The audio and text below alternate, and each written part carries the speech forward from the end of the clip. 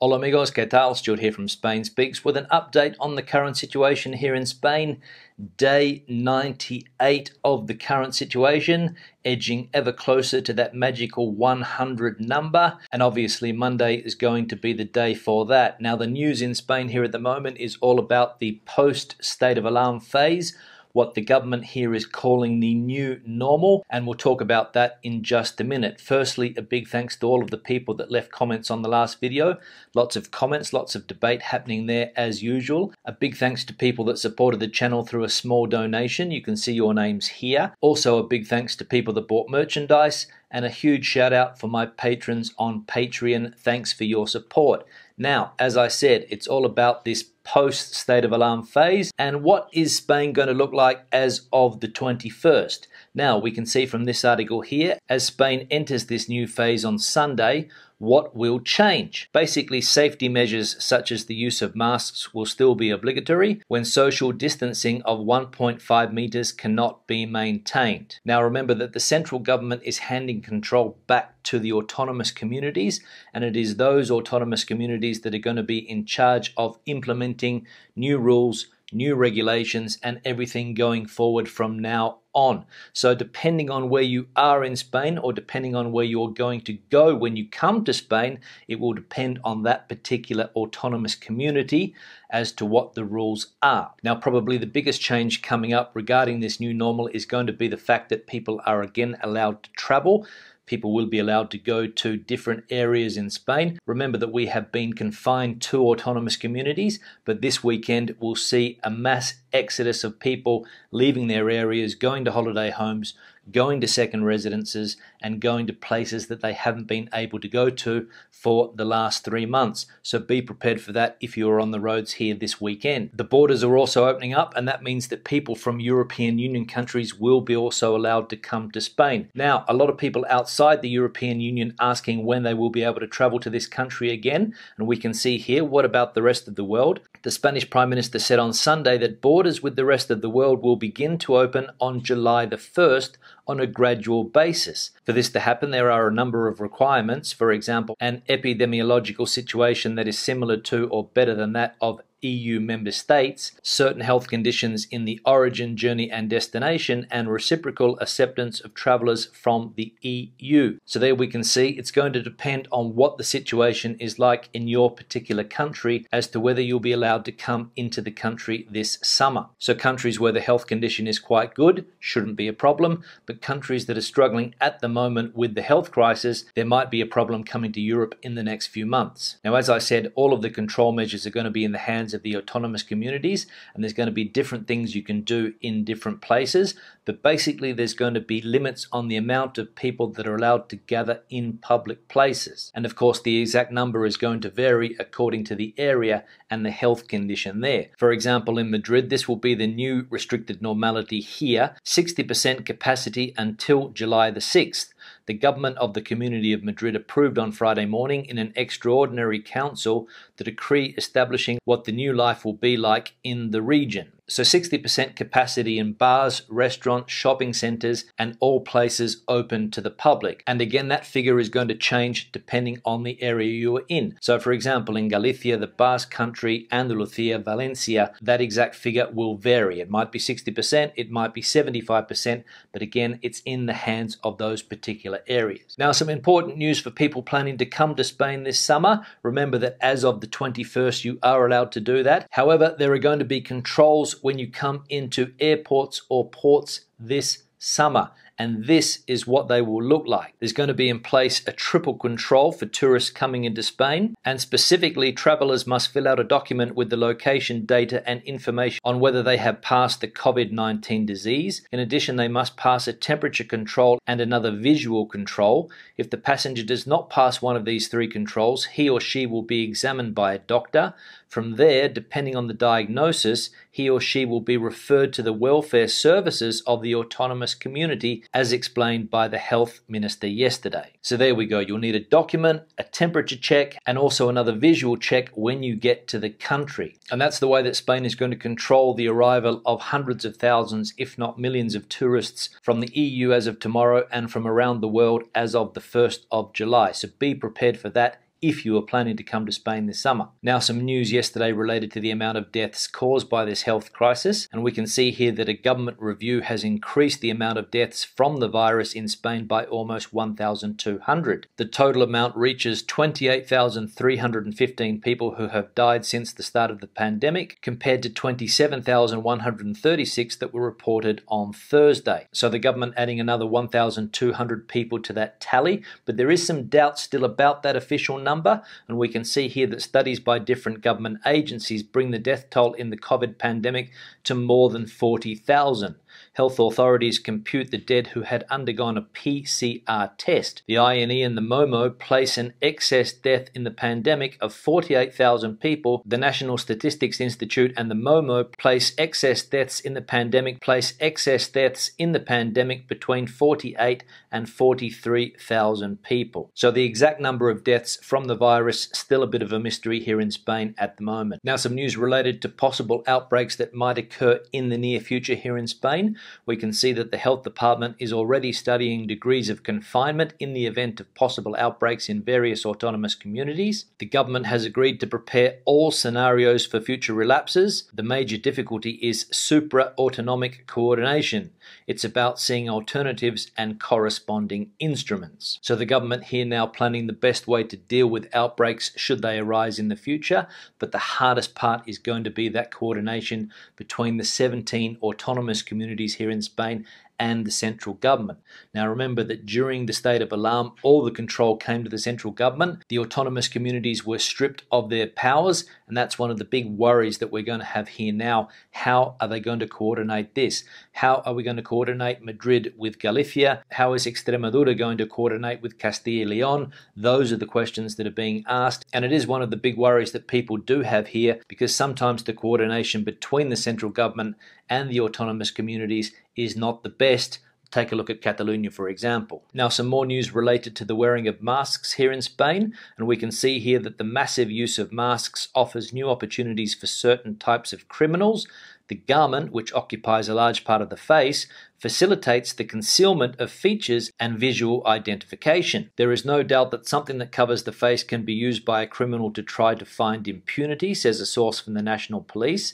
This police force, for example, detained in Barcelona a dangerous fugitive fled from the United Kingdom who, the very few times he went down the street, did so with a well-fitted cap and a huge mask. And this dangerous UK fugitive was detained with a life sentence pending in the United Kingdom. The National Police located and arrested him in Sant Adrià de Besòs, Barcelona, in compliance with a European arrest warrant. So there you have it, the use of masks facilitating certain types of criminal activity. Obviously, is facial recognition almost impossible, as we saw with this particular fugitive wearing a big face mask and a cap. Now, some bad news for people that were planning to go to Ibiza and maybe visit a club or two while they were there. We can see here that the Balearic government has prohibited the opening of large nightlife venues, most likely because social distancing in these locations is almost impossible to contain. And this comes on the back of the dancing ban that was implemented in Spain a couple of weeks ago, where people going to clubs are not allowed to dance. So bad news for partygoers there. Now let's have a look at some of the comments from the last video. First one here from Lee. Please keep doing your videos, Stuart. I'm an Englishman living in Ibiza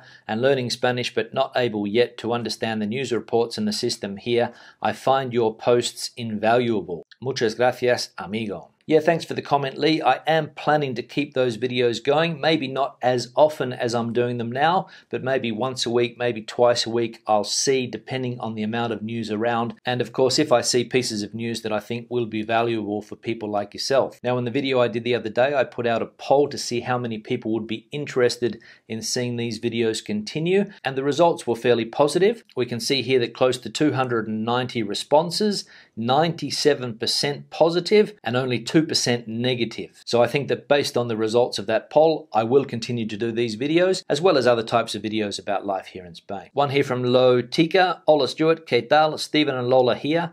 We will go to Gran Canaria in July, and we are wondering whether we can travel between the islands. That is, we would like to go to Tenerife. Do you know whether this will be possible? Will there be controls or anything? We are watching your podcast almost every day. Keep up the good work. Yeah, thanks for the comment, guys. I believe that you are able able to travel between islands in the Canary Islands at the moment. I think that started again a couple of weeks ago. Not 100% sure, but I'm sure that somebody out there in the Canary Islands will be able to inform us on that. But as far as I've read, you are allowed to travel between islands, so you shouldn't have an issue there. And the only controls that there's going to be are when you come into the islands from outside Spain. You'll have to go through that 3-check process that I mentioned at the beginning of the video. One here from Trina. Las Vegas is collectively holding its breath as the majority of tourists disregard social distancing and don't wear masks. Casinos in Arizona are temporarily closing again as COVID spikes there. Like Spain, tourism is essential to Las Vegas for a healthy economy. A second shutdown of gaming will devastate our city. I really want to travel to Spain in the fall, to Madrid, but now I'm hesitating as Spain seems bent on making tourism both difficult and uncomfortable. Yeah, Trina, thanks for the comment. It's going to be a big problem around the world for places that depend on tourism, whether people are able to adhere to the new rules in place, the social distancing, the wearing of masks. You said that there in Las Vegas it's not really happening and you have had spikes. That's what Spain is going to try to prevent. Don't know whether it's going to be possible, but it is going to be a serious issue that we're going to have to face here in Spain this summer as the masses of tourists come into the country. And to talk about your second point there as to whether Spain is making it difficult for people to come in, I don't think so. I don't think it's going to be that difficult. Probably the same as where you are. You're going to have to wear a mask. Yes, you're going to have some type of social distancing. All of the restaurants and bars and all of those things are not going to have maximum capacity. And that 3-point check at the airport, so as long as you're healthy, you shouldn't have any problems to come here this year. One here from Tony. Hi Stuart, you said your car is 10 years old. Mine is 12 and is in excellent condition. I have no intention of selling it for a while. As a pensioner, I could not afford a new one and I'm not in favour of paying off. You made a comment that the Spanish government may not allow you to keep it. Surely they cannot force you to scrap your car because of its age. The ITV is there to ensure and prove it is roadworthy. Whilst the car passes the ITV test, there should be no need to part with it. Yeah, Tony, thanks for the comment. You're absolutely right there. The government is not going to make you scrap your car unless you take them up on that current offer that they have to get some type of subsidy to buy a new car. Then you're going to have to scrap yours if it's over 10 years old. If you don't take them up on that offer, you don't have to scrap your car. However, I said yesterday in a video that the ITV is going to become stricter and stricter in coming years. And especially if you have a diesel car, I don't know whether that's your case, it's my particular case. I have a diesel and every year it gets more and more difficult to pass this test. And it is, in my opinion, the definite push of this particular government to get rid of diesel cars, especially the ones that pollute a little bit more than others. One here from Simon. As for travel insurance, many UK insurance companies are adding corona cover as an incentive to buy. Plus, more importantly, RIU hotels are including guaranteeing medical cover in the case of a guest getting the virus during their stay. This cover includes medical costs, accommodation extension, and repat flights back home.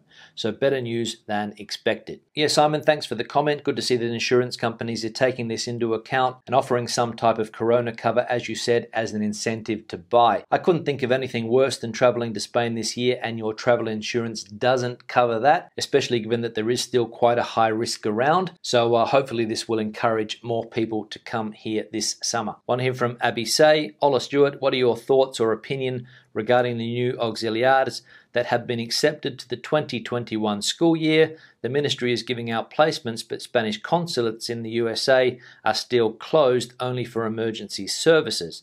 Thanks for your videos. Yeah, thanks for the comment. And to be honest, I don't know. I've had a few people get in contact with me asking the same question, whether it's safe to come to Spain this year because they have been accepted in a school. I had one person get in contact that was apparently going to go to Huelva, but they were still a little bit doubtful and maybe going to postpone it for next year.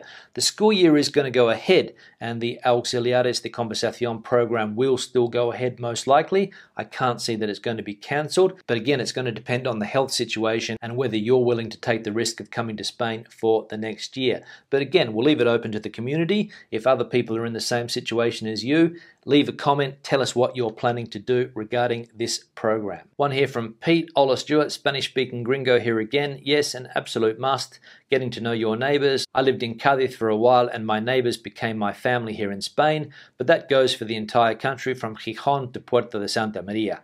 The people are amazing. Looking forward to my trip in September. Stuart, my wife and I will be in Madrid a couple of days. I love Placita de San Miguel. Beers, Cana are on me if you and your significant other would like to join us. Yeah, Pete, thanks for the comment. I think I said the other day in a video that it is fundamental to get to know the local Spanish population, learn the language a little bit and try to mix with the locals, and it will make your experience here in Spain a lot better in my opinion. As for your offer to have a couple of beers, absolutely, would love to do it. Just give me a shout a little bit closer to the date and we can organize something for the Plaza de San Miguel, which is in the center of Madrid for people that don't know it. One here from Jason. Thanks for the video, Stuart. Hopefully you'll be able to post one of your travel videos again soon. Something positive for a change. Yeah, thanks for the comment, Jason. I too hope that I will be able to hit the road soon. I'm looking forward to traveling to the north of Spain as soon as I can. Maybe next month I might head to a couple of cities in Castilla y León, maybe go into Galicia as well, but hopefully I'll be able to get on the road soon and put out a couple of those travel videos,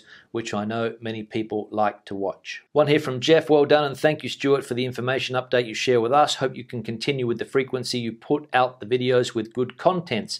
What's it like in your area at the moment with businesses, shops, bars and cafes? Yeah, Jeff, thanks for the comment. In this particular area where I am, which is about 17 kilometers southeast of Madrid, everything is absolutely packed at the moment. Outdoor seating areas at bars and restaurants are totally full. I went to a shopping center the other day, also the case. Traffic is also getting back to normal. Yesterday I did a video on the road and there were lots and lots of cars on the road again. Lots of activity starting to happen, but again, this is Madrid and it is the biggest and most dynamic city in the country, so it is to be expected. One here from Jamie. Hi Stuart, love the videos, very informative. I was living in Madrid and had to temporarily move back to Ireland at the beginning of the crisis. I booked a flight to go back to Madrid for the 1st of July. I'm absolutely terrified that the border might close again before the 1st.